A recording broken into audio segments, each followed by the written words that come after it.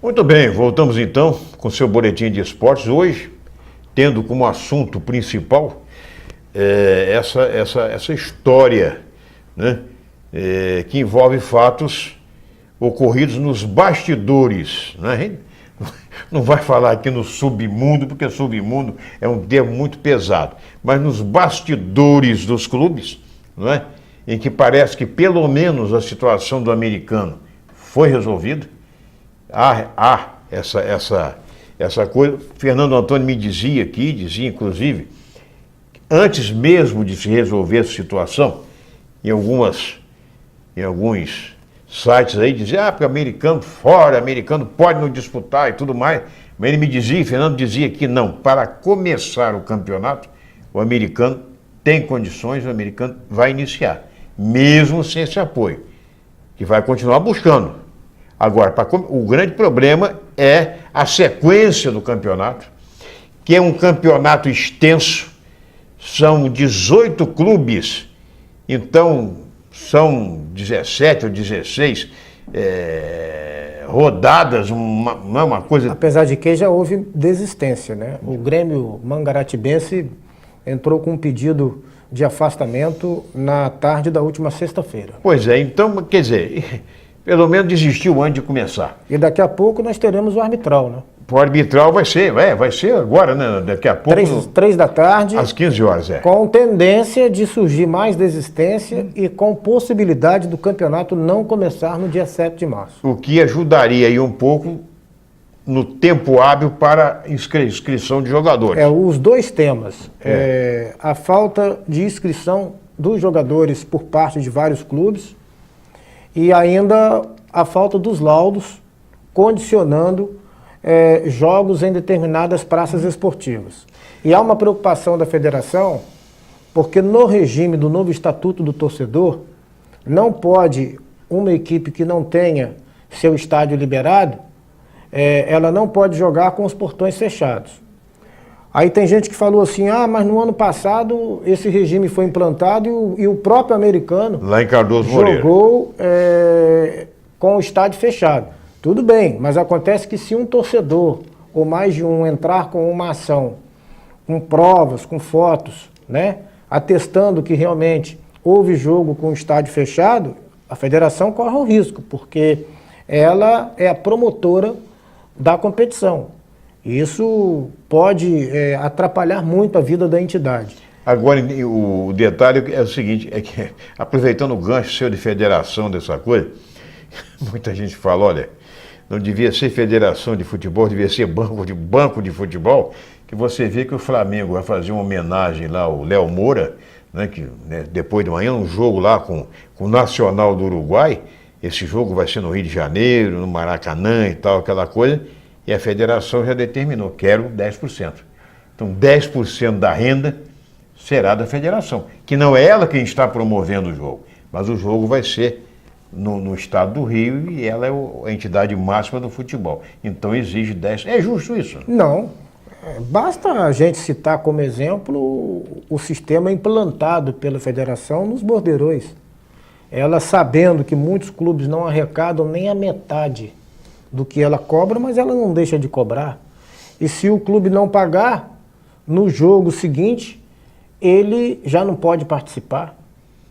Ela não cria nenhuma proximidade com os clubes a nível de emprestar dinheiro, como faz a Federação Paulista, né?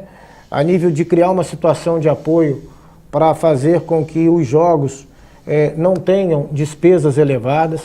Você observa que um jogo comum de segunda divisão chega sempre em nossa região uma van, né?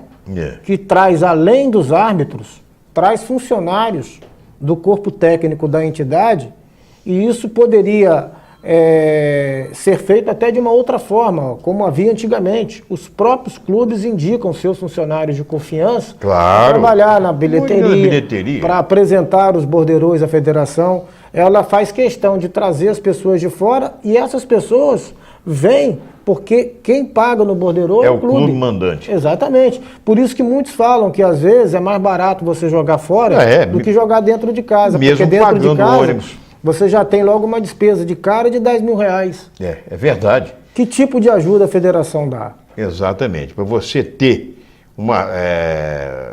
uma renda de 10, uma bilheteria de 10 mil reais, você tem que ter no mínimo aí 5 mil torcedores. Não é verdade? E aqui nós não temos a 20 reais o ingresso. Condições para isso, até considerando que o estádio Antônio Ferreira de Medeiros tem hoje uma capacidade liberada em torno de 1.500 pessoas. Pois é. E a federação manda apenas 900 ingressos, porque ela entende que essas outras vagas são preenchidas por convidados, por pessoas que entram com credenciais que habilitam o fácil acesso ao estádio, etc. No estádio do Goytacás ainda há uma capacidade, né, liberada com mais intensidade, mas também não se preenche esse número em qualquer tipo de jogo. Como havia no Godofredo Cruz, no antigo estádio Godofredo Cruz, que também tinha capacidade para um maior número de torcedores. Tinha para 9 mil, mas a federação só mandava uma carga de 5 mil ingressos. Tem essas coisas. Nem esse critério, né, de você habilitar o estádio a receber 9 mil pessoas e você liberar apenas 5 mil, nem esse critério era respeitado pela entidade. Naquele último clássico entre Americano e Botafogo, nós tivemos 3 mil e algumas pessoas e a federação só mandou 5 mil ingressos. Pois é. Agora, você acredita, você particularmente, você acredita que o campeonato vai começar no sábado, ou você, em função dessas pendências todas de clubes, de estádios que não foram aprovados, que nós teremos mais uma semana para o início? Eu acredito que a federação ela vai dar aí mais 7 dias, ou seja, o campeonato começa no dia 14, não no dia 7, porque na sexta-feira só o Americano e a Portuguesa tinham todos os seus atletas registrados. E se o prazo para o registro é hoje, eu não acredito que a competição tenha como ser iniciada no dia 7. Muito bem. Fernando, apenas para a gente arrematar aqui o programa de hoje, Botafogo, time carioca que está na Série B do Brasileiro, liderando o campeonato estadual, agora já até com uma certa folga, né? O Flamengo saiu. O Flamengo hoje é o quinto. Tem um tal de sai, entra por conta da derrota sofrida para o Botafogo e a vitória do Fluminense sobre o Resende por 1-0 e a vitória do Vasco sobre o Bangu por 2-0. E o Volta Redonda, mesmo empatando lá em Saquarema, lá, o 0-0 com Boa Vista. Está também no G4. E mesmo se tivesse perdido, o Madureira entraria, porque tem 15 pontos. E o Boa Vista continua correndo risco de rebaixamento.